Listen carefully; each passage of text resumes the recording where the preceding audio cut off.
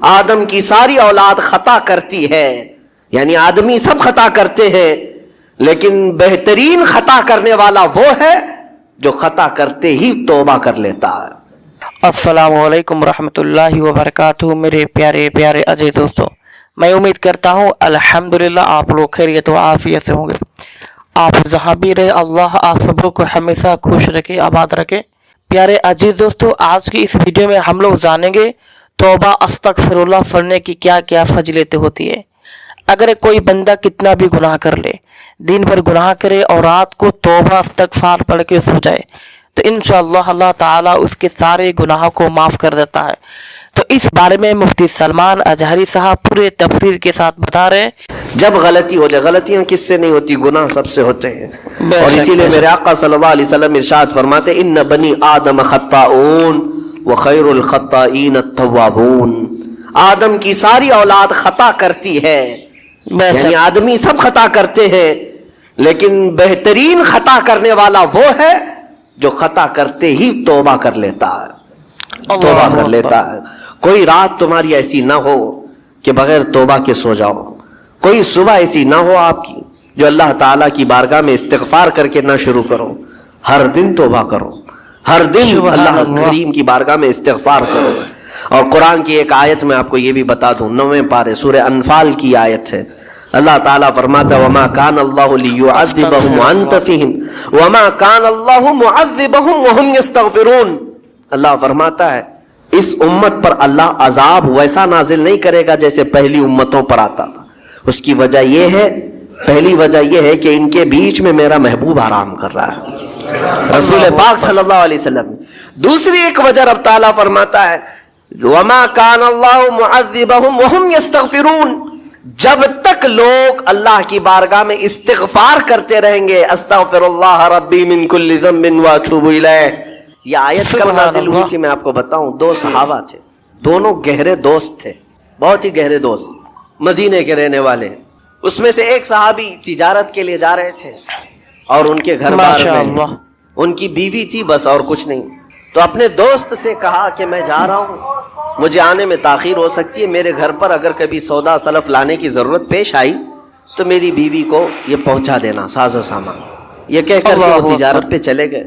جو دوست صحابی تھے، دیکھیں صحابہ کے بہت سارے کام امت کے لیے درس ہیں، سبحان اللہ، قیامت تک آنے والے مسلمانوں کے لیے وہ مشعل راہ ہیں۔ تو وہ جو دوست صحابی تھے سودا سلف لے کر کے گھر جایا کرتے تھے اپنے دوست کی بیوی کو پہنچانے کے لیے۔ ایک دن ایسا ہوا کہ شیطان نے ورغلایا اور سودا سلف سامان لے کر گھر گئے۔ ان کی خاتون باہر آئی دوست کی، انہوں نے اس خاتون کا صرف ہاتھ پکڑ لیا اور وہ عورت چونکہ مدینے کی رہنے والی صحابیہ ہیں، اپنا ہاتھ تو چھڑا لیا لیکن وہ چیخ مار کر رونے لگی کہ جس پر میرے شوہر نے سب سے زیادہ اعتماد کیا، تم تو جگری دوست بھائی کی طرح تھے، ہاتھ کیسے بڑھا دیا؟ تو اس صحابی کو فوراً احساس ہو گیا کہ میں بہت بڑی خطا کر گیا، میرے بھائی اور میرے دوست کی امانت میں نے خیانت کر دیا، اس نے مجھ پر بھروسہ کیا تھا اور اس کی بیوی کا میں نے ہاتھ پکڑ لیا۔ بس اتنی سی بات تھی، وہ خاتون بھی رونے لگ گئی کہ میرے ساتھ کیا ہوا، یہ صحابی بھی رونے لگ گئے، احساس فوراً ہو گیا کہ میں نے غلط کیا ہے، سودا سلف لانے کے وقت مجھ سے غلطی ہو گئی، خطا ہو گئی۔ اب اس خطا کی وجہ سے وہ کرتے کیا، ان کو تو ڈر یہ تھا کہ میں اپنے دوست کو منہ دکھانے کے بھی قابل نہیں، اور نہ ہی میں یہ چیز کسی کے سامنے ذکر کر سکتا ہوں، کیا کروں؟ تو مدینہ چھوڑ کر کے چلے گئے پہاڑیوں میں، اور بغیر کھانا پانی سب کچھ بھی نہیں تھا، پہاڑیوں کے بیچوں بیچ رہنے لگے اور صرف روتے تھے اور گر جاتے تھے، اور کمزوری آ گئی جسم میں، اٹھنے پھرنے کی طاقت نہیں تھی۔ اب وہ دوست ان کے صحابی تجارت سے واپس آئے، گھر میں آتے ہی ان کی خاتون نے بتا دیا کیا معاملہ پیش آیا۔ وہ بہت جلال میں آئے اور کہا کہ میرا دل ٹوٹ گیا، آج میری کمر ٹوٹ گئی، جس کے ساتھ ہم نے پوری زندگی بتائی آج اس نے میری عورت کے ساتھ ایسا کیسے کیا؟ بہرحال انسان ہے، خطا ہوتی ہے، انسان ہے، بھولنا اور خطا کرنا اس کی عادت ہے۔ دوستو اس بیان کو دھیان سے سننا۔ اب ان کو دل میں تو بہت تکلیف ہوئی، کروں کیا؟ لیکن وہ صحابی تھے، انہوں نے کہا یہ معاملہ سیدھے حضور پاک کی بارگاہ میں رکھتا ہوں۔ اللہ اکبر۔ کہا کہ میں سزا دوں گا یا پھر جو ہے ان کے لیے جو قرار واقعی چیز ہوگی وہ دلا کر رہوں گا. بارگاہ مصطفیٰ صلی اللہ تعالیٰ علیہ وسلم میں تشریف لائے. عرض کیا کہ آقا ایسا ایسا ہو گیا, میرے معتمد ساتھی نے میرے گھر میں ایسا معاملہ کر دیا. نبی پاک صلی اللہ تعالیٰ علیہ وسلم غمگین ہو گئے کہ ان دونوں کے درمیان ایسا کیسے ہو گیا. پھر تھوڑی دیر کے بعد رحمت عالم صلی اللہ علیہ وسلم جو غیب داں نبی ہیں, ہر چیز کو جانتے, بلکہ اپنے امتیوں کے احوال سے باخبر رسول ہیں, نبی پاک صلی اللہ تعالیٰ علیہ وسلم اپنے اس غریب صحابی کے حالات معلوم کیے. پتہ چلا کہ وہ تو گھر بھی چھوڑ دیا, مدینے بھی چھوڑ دیا, پہاڑیوں میں جا کر کے پناہ لے کر کے اکیلا تنہا رہ رہا ہے. اللہ کے نبی صلی اللہ تعالیٰ علیہ وسلم اپنے اس غریب امتی صحابی کے حالات معلوم کرنے کے بعد اللہ کریم کی بارگاہ میں عرض کرتے ہیں کہ مولا تو فیصلہ سنا دے. اللہ تعالیٰ نے آیت نازل فرمائی, جو آیت میں نے آج آپ کے سامنے تلاوت کیا. اللہ تعالیٰ فرماتا ہے والذین اذا فعلوا فاحشۃ او ظلموا انفسهم, جن لوگوں نے گناہ کر لیا یا اپنی جان پر ظلم کیا ہے, پھر ذکر اللہ فاستغفروا لذنوبہم, اللہ کو پھر جلدی یاد کر لیا اور توبہ کر لیا. دوستو اس بیان کو تعالیٰ فرماتا ومن یغفر الذنوب الا اللہ, محبوب بتاؤ اللہ کے سوا کون ہے گناہوں کی بخشش کرنے والا. اللہ تعالیٰ ان کے گناہوں کو معاف کر دیتا ہے جو فوراً اپنے گناہ کے بعد یاد کر لیتے ہیں کہ مجھ سے خطا ہوئی ہے. رسول کریم صلی اللہ تعالیٰ علیہ وسلم نے اس صحابی کو بتایا تیرے بھائی سے بھول ہوئی, خطا ہوئی, لیکن رحمان نے اس کی بخشش کا مصداق قرآن میں سنا دیا کہ وہ باز آ گیا اور توبہ کر رہا ہے, لہٰذا تیرے لیے بھی یہ زیب نہیں دیتا کہ تو اب کوئی انتقام لے, تو اپنے دل سے معاف کر. یہ صحابی تھے, اللہ کے نبی صلی اللہ علیہ وسلم کے پروردہ تھے, نفسانیت اور خواہشات کے نہیں. یہ فوراً گئے اور اپنے اس جگری دوست کو, اپنے اس بھائی کو ڈھونڈتے ہوئے پہاڑیوں کے بیچوں بیچ جا کر کے دیکھا. ان کی حالت بہت خستہ تھی, کمزور ہو گئے تھے اور روتے روتے اتنا تھک گئے تھے, نہ کھانا ہے نہ پانی ہے, بس یہ کہ ان سے خطا کیا ہوئی تھی, اپنے دوست کی عورت کا ہاتھ پکڑ لیا تھا. بس میرے عزیزو اس سے بڑا نہیں. ہاتھ پکڑنے پر ان کو اس قدر احساس تھا کہ مدینہ چھوڑ دیے. لوگ یہاں پورے کے پورے گناہ میں ڈوب جاتے ہیں, زنا میں ڈوبتے ہیں, انہیں احساس تک نہیں. یہ صحابی گئے اور جیسے ہی یہ گئے تو وہ ہوش میں آئے اور رونے لگے کہ میرا بھائی آ گیا اور اب شاید یہ انتقام لے گا, بدلہ لے گا, مجھے مار ڈالے گا, کیونکہ میں نے اس کا اعتماد توڑا, اس کا بھروسہ ختم کیا. لیکن یہ صحابی گئے اور ان کا ہاتھ پکڑا اور اپنے سینے سے لگایا, کہا کہ تو بھی ابن آدم ہے, میں بھی ابن آدم ہوں, انسان ہے, خطا ہو گئی, لیکن بشارت ہے تجھے کہ اللہ نے قرآن میں محبوب کی بارگاہ میں آیت اتاری, تیری بخشش کا پروانہ اتار دیا. وہ اس قدر خوش ہوئے کہ صحابی کو تھام لیا اور کہا میں تو مایوس ہو کر پورے گھر بار سب چھوڑ کر کے آیا تھا, لیکن میرا رحمان خدا بندوں کو کبھی چھوڑتا نہیں, کبھی اکیلا ہونے نہیں دیتا, وہ مایوس نہیں کرتا. میرے عزیزو آج ہمارے پاس وقت ہے, جب ٹھوکر کھائیں تو فوراً احساس ہو جائے, جب غلطی ہو جائے. غلطیاں کس سے نہیں ہوتی, گناہ سب سے ہوتے ہیں. اور اسی لیے میرے آقا صلی اللہ علیہ وسلم ارشاد فرماتے ان بنی آدم خطاؤون وخیر الخطائین التوابون, آدم کی ساری اولاد خطا کرتی ہے, یعنی آدمی سب خطا کرتے ہیں, لیکن بہترین خطا کرنے والا وہ ہے جو خطا کرتے ہی توبہ کر لیتا ہے, توبہ کر لیتا ہے. کوئی رات تمہاری ایسی نہ ہو کہ بغیر توبہ کے سو جاؤ, کوئی صبح ایسی نہ ہو آپ جو اللہ تعالیٰ کی بارگاہ میں استغفار کر کے نہ شروع کرو. ہر دن توبہ کرو, ہر دن اللہ کریم کی بارگاہ میں استغفار کرو. اور قرآن کی ایک آیت میں آپ کو یہ بھی بتا دوں, 9ویں پارے سورہ انفال کی آیت ہے. اللہ تعالیٰ فرماتا ہے وما کان اللہ لیعذبہم وانت فیہم وما کان اللہ معذبہم وہم یستغفرون. اللہ فرماتا ہے اس امت پر اللہ عذاب ویسا نازل نہیں کرے گا جیسے پہلی امتوں پر آتا. اس کی وجہ یہ ہے, پہلی وجہ یہ ہے کہ ان کے بیچ میں میرا محبوب آرام کر رہا ہے, رسول پاک صلی اللہ علیہ وسلم. دوسری ایک وجہ رب تعالیٰ فرماتا ہے وما کان اللہ معذبہم وہم یستغفرون, جب تک لوگ اللہ کی بارگاہ میں استغفار کرتے رہیں گے, اللہ فرماتا ہے اس قوم پر اللہ عذاب نہیں نازل کرتا. جب بندے چھوڑ دیتے ہیں، ارے جو کیا سب صحیح کر رہا ہوں، میرا کیا ہے، توبہ کرنا بھول گیا، استغفار کرنا بھول گیا، ان بندوں پر اللہ کا عذاب آتا ہے، اس قوم پر عذاب آتا ہے۔ اسی لیے میں کہتا ہوں میرے عزیزو، خطائیں سب سے ہیں، ہمارے دامن کے اندر کیا کیا ہے وہ ہمیں معلوم ہے، ہمارے پروردگار کو۔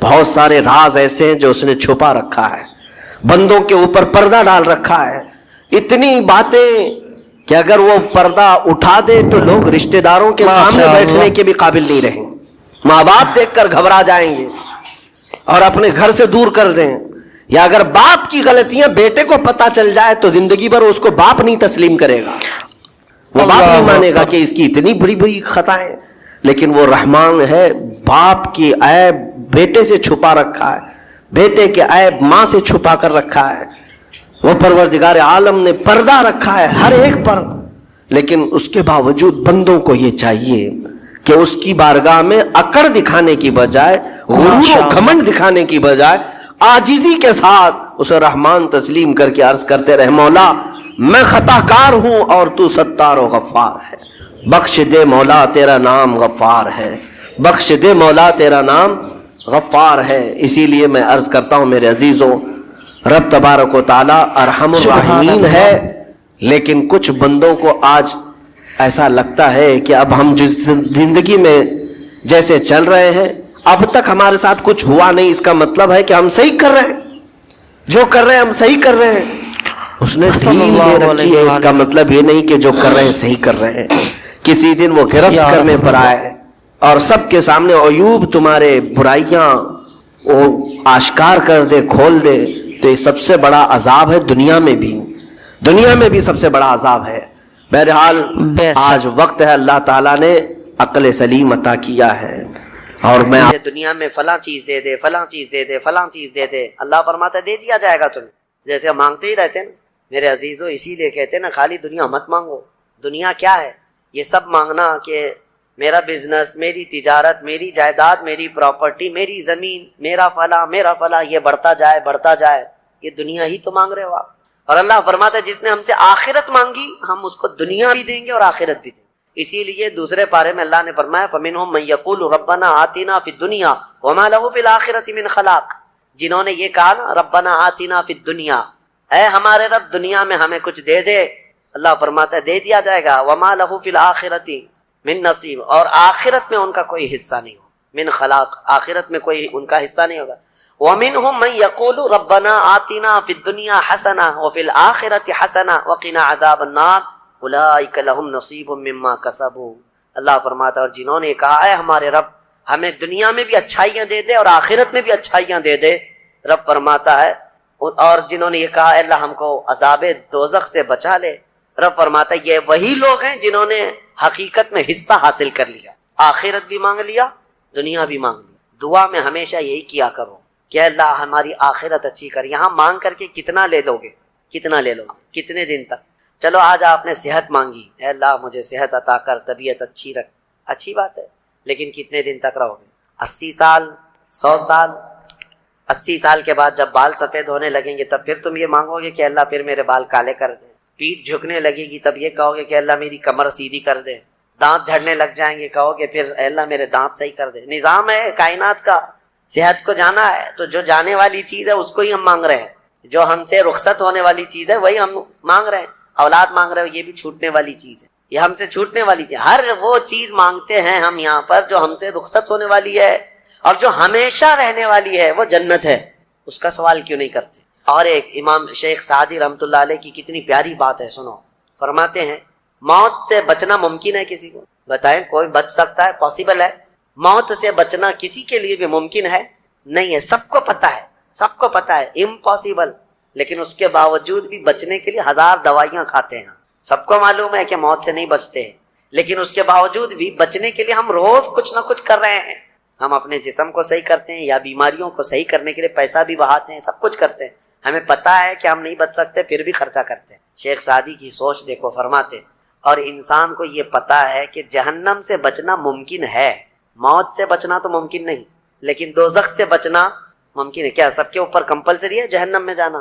نہیں، تو جس سے بچنا ممکن ہے اس کے لیے کوشش بھی نہیں کرتا، اور جس سے بچنا ممکن ہی نہیں اس کے لیے روز کوشش کرتا ہے.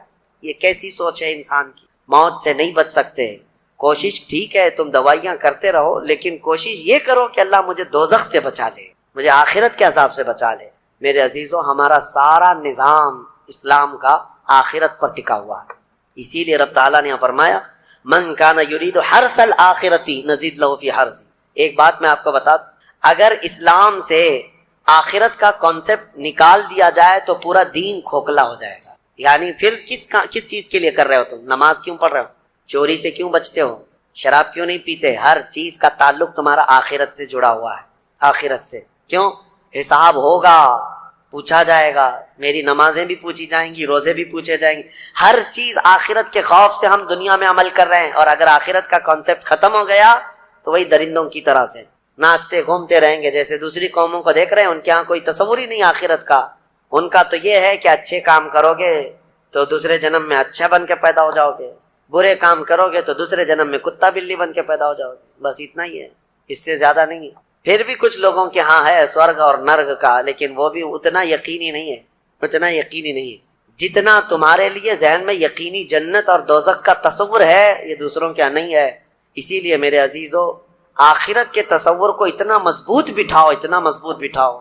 مجھے ایک بات یاد آتی ہے کہ ہمارے ایک بزرگ تھے، میرے بڑے دادا، اللہ ان کی تربت پر رحم فرمائے. پورے علاقے میں لوگ اس بات کے شاہد ہیں، جب بھی کوئی کچھ غلط کام کرتا یا چھوٹی بہت بھی چیز ہلکی نظر آتی ان کو، تو ڈانٹنے کے لیے سب سے پہلا جو جملہ وہ کہتے تھے وہ یہی کہتے تھے، کیا تجھے آخرت کا خوف نہیں ہے؟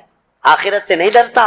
یہ ایک جملہ اکثر ہر کام پر، نماز کے سلسلے میں ہو یا کسی کو کہیں پر گپے لگاتے بیٹھے ہوئے دیکھتے تو یہ کہتے آخرت کا ڈر نہیں ہے.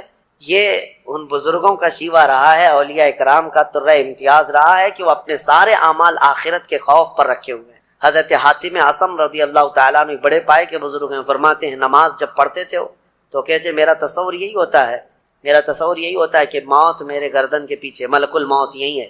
یہ سوچتا ہوں کہ اب آخری نماز ہے، میری آخری نماز ہے، اور دونوں طرف میرے جہنم کے گڑھے ہیں، ادھر بھی ادھر بھی. میں اگر تھوڑا سا بھی ہل جاؤں تو ہو سکتا ہے ادھر کے گڑھے میں یا ادھر کے گڑھے میں، اور پیچھے ملک الموت ہے اور سامنے رضائے الہی ہے اور جنت ہے. میں بڑھنے کی کوشش کر رہا ہوں. اس تصور کے ساتھ وہ نماز پڑھتے تھے، اس تصور کے ساتھ. اور سجدے میں جاتے تو یہ کہتے کہ میرا آخری سجدہ ہوگا، ملک الموت پیچھے ہی کھڑا ہے میری گردن کے پاس، اور اگر میں تھوڑا بہت ہل گیا تو ادھر بھی دوزخ ہے، ادھر بھی دوزخ ہے. سامنے کی طرف مجھے پورا تصور جمانا ہے، رضائے الہی ہے اور جنت میری یہاں ہے. تو ان کے سارے تصورات ہر کام میں آخرت پر ڈیپینڈ تھے. میرے عزیزو، آج لوگوں میں جو بد عملی آئی ہے اس کی ایک بڑی وجہ یہی ہے، ہمارے بچوں میں اور نوجوانوں میں آخرت کا ڈر کم ہو گیا، ڈر کم ہو گیا. یہ جتنے بھیانک گناہوں میں آج ملوث ہیں، ان کو ڈر نہیں ہے، ان کو خوف نہیں ہے. میں ایک بات بتاتا ہوں، پچھلے زمانے کی ایک بات ہے کہ ایک پرہیزگار شخص تھے، متقی تھے بنی اسرائیل میں. ایک خاتون جو فحش کاموں میں ملوث رہتی تھی، طوائف تھی یا جیسی بھی، وہ آئی اس عابد کے پاس. یہ پرہیزگار شخص تھا. یہ جب آئی تو کہا کہ رات گزارنے کے لیے میرے پاس کوئی ٹھکانہ نہیں ہے، باہر ٹھنڈی اور بارش ہے، مجھے تھوڑی سی جگہ دے دو. اس عابد نے رحم کھا کر اپنے گھر میں عورتوں کے رونے پر کبھی شیطان داخل ہو جاتا ہے.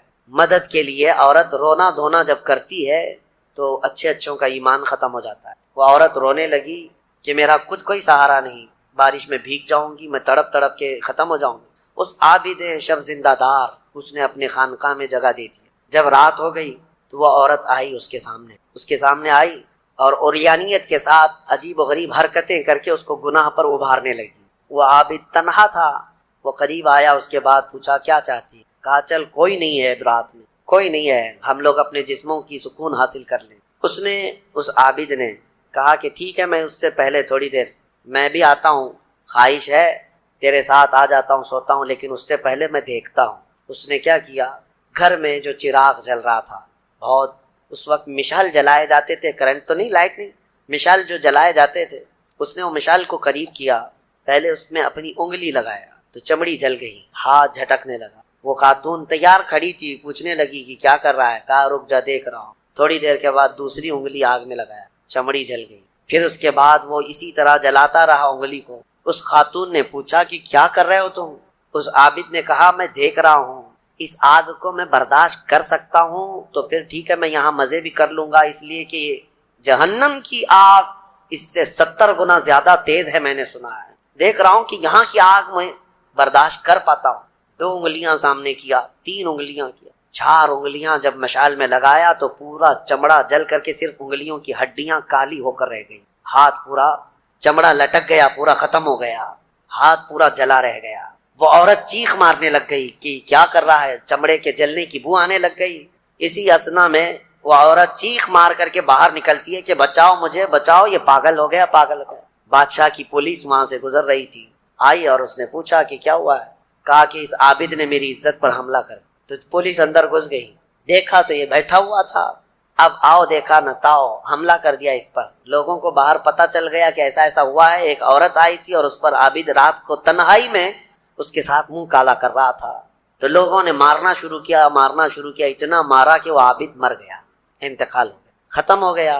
اب مسئلہ یہ ہے کہ اب لوگوں میں یہ بات پھیل گئی کہ اتنے سالوں جس کو ہم نے عبادت میں دیکھا تھا وہ ایک عورت کے چکر میں آخری وقت بہک گیا اور منہ کالا کر لیا۔ اب اس کے بعد اس کو اٹھاتے ہیں، اٹھا کر کے قبرستان میں جب دفن کرنے کے لیے رکھا گیا، قبر میں جیسے ہی رکھتے ہیں اس قبر میں تیز خوشبو بھر چکی، ہر جگہ سے خوشبو کے جھونکے آ رہے ہیں۔ لوگوں نے کہا یہ بدکار آدمی کی قبر میں اتنی خوشبو کہاں سے آ رہی؟ اس کو دفن کر دیا اور یہ بات مشہور ہونے لگ گئی، بادشاہ خود بھی آیا، پوچھا یہ کیا مسئلہ کیا ہے؟ تو لوگوں کو جب یہ بات سمجھ میں نہیں آئی تو علماء کو بلایا گیا اور پوچھا گیا کہ کیا مسئلہ ہے؟ کہا گیا کہ یہ بدکار نہیں ہو سکتا، یہ اللہ کی رضا میں انتقال کیا ہے۔ اس خاتون کو پکڑ کر لایا گیا، پوچھا گیا کہ کیا کیا معاملہ ہوا تھا، سچ بتا۔ اس عورت نے بتایا کہ اس کا کوئی مسئلہ نہیں تھا، یہ ڈرتا رہا اللہ سے اور آخرت سے ڈرتا رہا، اور رات میں یہ بیٹھ کر کے اپنی انگلیاں جلا لیا تھا اور یہ کہتا تھا کہ میں دیکھتا ہوں دنیا کی آگ سے میں برداشت کر پاتا ہوں تو ٹھیک ہے میں تیرے ساتھ مزہ کروں گا، نہیں تو پھر آخرت کا عذاب اس سے بھی بڑا سخت ہے۔ وہ یہ کہتا رہا اور میں بھاگ کر گئی، اتنے میں لوگ آئے اور اس کو مار دیے۔ بادشاہ نے پوچھا کہ دیکھو اس کو پھر سے نکالو، نکالا گیا۔ اس خاتون کے بتائے ہوئے اعتبار سے جب دیکھا گیا تو اس کا ہاتھ جلا ہوا ویسے ہی موجود تھا، جلا ہوا ہاتھ ویسے ہی موجود تھا جیسے اس عورت نے واقعہ سنایا تھا۔ پھر لوگوں نے بہت توبہ کی کہ اس کو مارنے کا کیا گناہ تھا، اس کا جرم تھا، لیکن بہرحال وہ شہید تھا۔ اس حکایت کو نقل کر کے فرماتے ہیں صاحب حکایت کہ یہ وہ لوگ تھے جن کا ہر کام آخرت سے جڑا ہوا تھا، وہ ایک حرکت بھی کچھ ان کو دنیا میں ڈگمگ نہیں کرتی، ان کے پاؤں کو نہیں پھسلا پاتی۔ کیوں؟ وہ ڈرتے اس بات سے تھے کہ آخرت میں کیا ہوگا، آخرت میں کیا ہوگا۔ میرے عزیزو، میں آپ کو بتاؤں زنا کی جو سزا ہم نے بتائی تھی، اس سے قبل بھی میں نے بتایا، کوڑے مار دیے جائیں 100 یا سنسار کر دیے جائیں، یہ آخرت میں دی جانے والی سزا کا 100واں حصہ ہے، اس سے 100 گنا زیادہ سزا وہاں پر قیامت میں۔ تو پھر وہ کیسی ہوگی سزا؟ پھر 100 گنا زیادہ سزا کیا ہے؟ اسی لیے فرمایا گیا جہنم کا ہلکا عذاب۔ پوچھا گیا حضور سے سب سے کم عذاب کیا ہوگا، سب سے کم کسی کو عذاب دیا جائے گا اگر دوزخ میں تو کیا ہوگا؟ فرمایا گیا کہ اس کو آگ کی جوتیاں پہنائی جائیں گی جس کی گرمی سے اس کا بھیجا پک کر کے ابل رہا ہوگا، یہ سب سے ہلکا عذاب ہے دوزخ کا۔ پھر جہاں اللہ نے عذاب علیم کہا، عذاب عظیم کہا، عذاب مہین کہا، دردناک عذاب، بڑا عذاب، ذلت والا عذاب، تو پھر وہ کیسا ہوگا؟ بہرحال خلاصہ کلام میرا یہ ہے، آج ہم نے تلاوت میں یہی پایا کہ اے لوگو تم آخرت کے تصور پہ جیتے رہو، دنیا فانی ہے، دنیا فانی ہے، حساب کا ایک دن آئے گا۔ فَمَن يَعْمَلْ مِثْقَالَ ذَرَّةٍ خَيْرًا يَرَهُ وَمَن يَعْمَلْ مِثْقَالَ ذَرَّةٍ شَرًّا يَرَهُ۔ اللہ فرماتا ہے جس نے رائی کے دانے کے برابر نیکی کی وہ بھی دیکھے گا قیامت کے دن، اور جس نے رائی کے دانے کے برابر برائی کی وہ بھی قیامت کے دن دیکھے گا۔ آخرت آخرت آخرت، اپنے بچوں میں بھی ڈر اسی بات کا ڈالو کہ اللہ کریم کے ہاں حساب ہونا ہے، اللہ کے ہاں حساب ہونا ہے۔ آپ کو بتائیں وہ صحابی رسول جو گھر فجر کی نماز دوڑ کر کے چلے جاتے تھے، حضور کے پیچھے نماز پڑھتے تھے، کیوں؟ صحابہ اکرام نے ان کی شکایت کی تھی کہ یا رسول اللہ یہ نماز پڑھ کے اتنی تیزی سے بھاگ جاتے۔ حضور نے ان سے کہا پوچھو، ایک دن پکڑو۔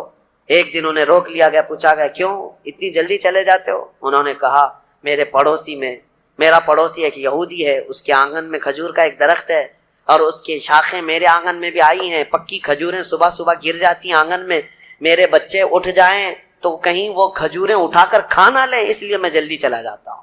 کہ وہ کھجوریں جمع کر کے میں اپنے پڑوسی کو دے دوں. یہ آخرت کا ڈر ہے, یہ آخرت کا خوف ہے. عزیزان گرامی وقار, اپنے بچوں کو اس بات کا ڈر ڈالو. ایک بار حضور پاک صلی اللہ تعالی علیہ وسلم کی بارگاہ میں صدقے کی کھجوریں آئی تھی. حضرت امام حسن اور امام حسین چھوٹے تھے, بہت بچپنا تھا. کھجوریں اٹھا کر کے وہ بچے کھا رہے تھے, نواسا رسول اللہ کے نواسے, کل کائنات جن کے قدموں میں. لیکن نبی پاک صلی اللہ تعالی علیہ وسلم جلدی سے تشریف لائے. صدقہ آل محمد کے لیے حرام ہے.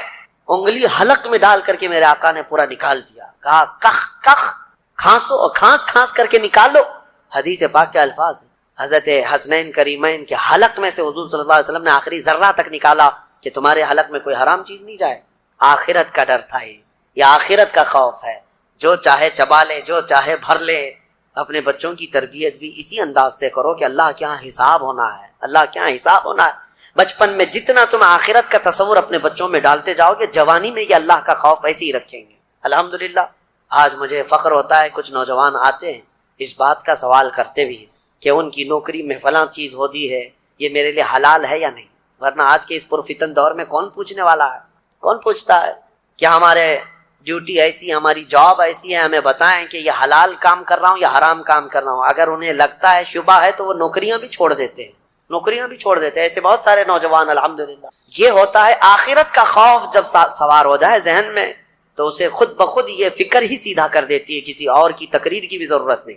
آخرت کا خوف جب ذہن میں آ جائے تو اس کو خود بخود یہ چیز صحیح کر دیتی ہے. مجھے یاد ہے, بہت چھوٹی عمر ہوگی میری, اسکول جب جاتے, پہلی جماعت میں بھی نہیں, چھوٹی سی جماعت میں, نمازوں کی پابندی کا الحمدللہ ہمارے گھر میں بڑا اہتمام تھا. میرے والد گرامی عالم دین, بڑے نمازوں کی پابندی کا بہت سختی سے اہتمام کرتے. شام کے وقت اسکول چھوٹتی اور آ جاتے تھے تو عصر کی نماز نہیں پڑھی تھی. تو اس وقت جو ذہن میں بات ڈالی گئی تھی, فرمایا میرے والد نے کہا تھا کہ تمہیں پتہ ہے ایک نماز چھوڑنے کا جو عذاب ہے, اس نماز کا جتنی دیر تک ٹائم ہوتا ہے قبر میں فرشتے اتنی دیر تک اسے سزا دیتے رہتے. اس نماز کا ٹائم جتنی دیر تک ہوگا اتنی دیر تک فرشتے اسے قبر میں عذاب دیتے رہتے ہیں, سخت ترین عذاب دیتے ہیں.